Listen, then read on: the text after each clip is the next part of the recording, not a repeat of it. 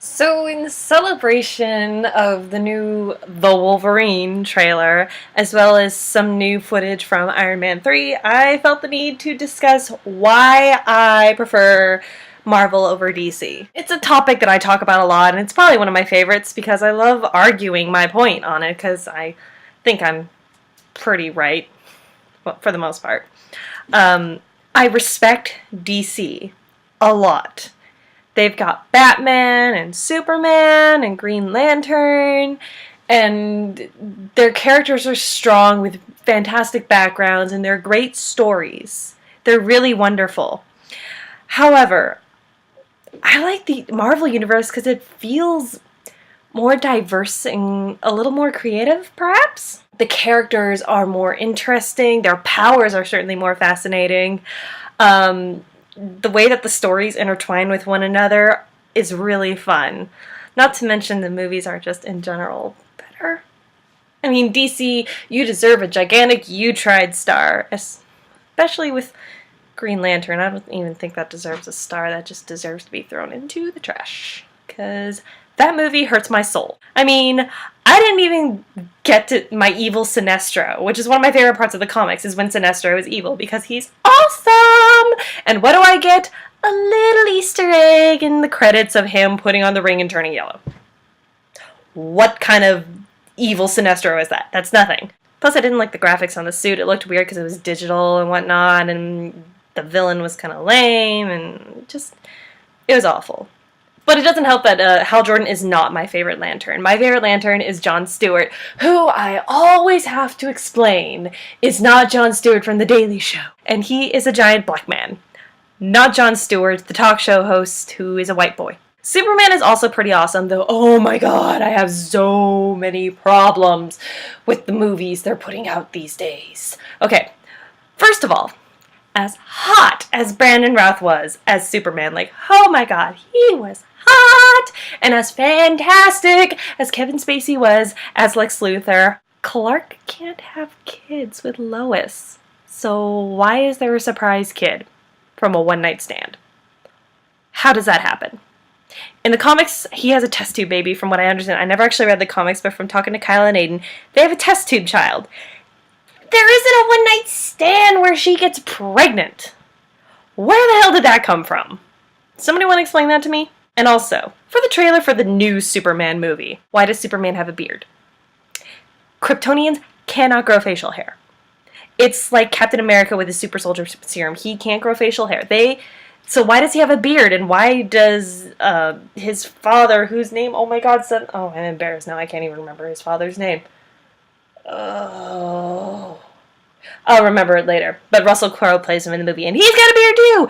And so I don't understand, because they can't grow facial hair. That's not possible. Also, why is Lois Lane a redhead? In the comic books, she's got black hair like mine. That's not okay. I don't care if Amy Adams didn't want to dye her hair for the freaking part. Pony up and do it, hosebag. Let's talk about that part of the beginning when Jonathan Kent is talking to young Clark and about how he rescued these children off a bus and showed his powers very briefly. And all of a sudden, Jonathan is like, maybe you should have let it happen. And it's like, excuse me? You wanted those kids to die? What? Also, why is Clark on a boat? A fishing boat? I mean, I may not have read the comics, but I'm pretty sure that he's never worked on a fishing boat. Unless Kyle and Aiden know something that I don't. Which is very possible because I'm not well versed in the Superman world. These may seem like little things, but they honestly bother the hell out of me and Kyle and Aiden. I seriously don't understand it, and it really bothers me. And I'm not going to get over it really quickly. Batman's pretty good. I enjoy the movies a lot.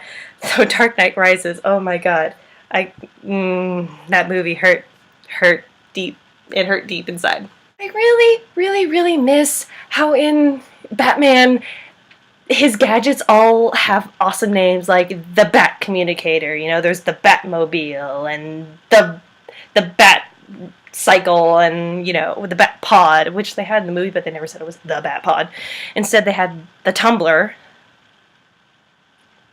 It's not as cool as Batmobile, man. That Batmobile just sounds so badass. You know, and he's got the Bat Utility Belt with his Bat Gun and whatnot. And I wanted the cool names, and like they never even called it the Bat Cave. They just it was just a cave in, like, the southeast wing something or other. That's what they called it. Also, in the last movie, Alfred leaves him, which is ridiculous. Throughout this whole movie, Alfred is saying how, he should give up Batman and how it's ruining his life and blah, blah, blah, and he needs to get back to being, a real person and whatnot. Alfred was Batman's #1 supporter in the comic books. Alfred didn't do that. So why was he being so out of character in this film and leaves him? Bane's voice was just awful. The movies deviate from the comics a ton, which frustrates me. And I mean, Marvel isn't completely that much better. I mean, Tony and Pepper are being shipped together in the Iron Man films, which doesn't happen in the comics. Pepper actually marries Happy Hogan in the comic books, in case you didn't know that. Fun fact. And also in Thor, he actually, when he's banished to Earth, he has no memory of Asgard and who he is. He actually thinks that his name is Donald Blake. And when he finds Mjolnir, he finds it in the form of a staff that turns into Mjolnir, which turns him into Thor, and voila, he's got his memory back and he's got awesome powers. That's what happens. I guess I really shouldn't be basing my argument off of the movies because both companies mess up their movies all the time when it comes to continuity and connecting them to the comics.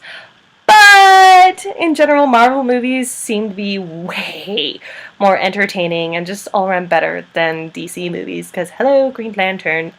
Avengers. I saw that movie 5 times in theaters. It was amazing. It was a dream come true to see it up on screen. I'd been waiting for this forever. Since the first Iron Man movie came out, I've been so excited to see all the Avengers on screen, and they did it perfectly. It was like, I could have cried. It was beautiful, and like less than 48 hours later, I was going to see it for the second time after the opening night. I just can't get over that entire movie. It's really beautifully well done and really hysterical. The action is wonderful, the storyline is wonderful, the characters are all wonderful. It's not convoluted or confusing. The only part I have a problem with is Thor getting back to Earth, and they never explain how he did that because the Bifrost was broken in Thor. So how did he get back to Earth?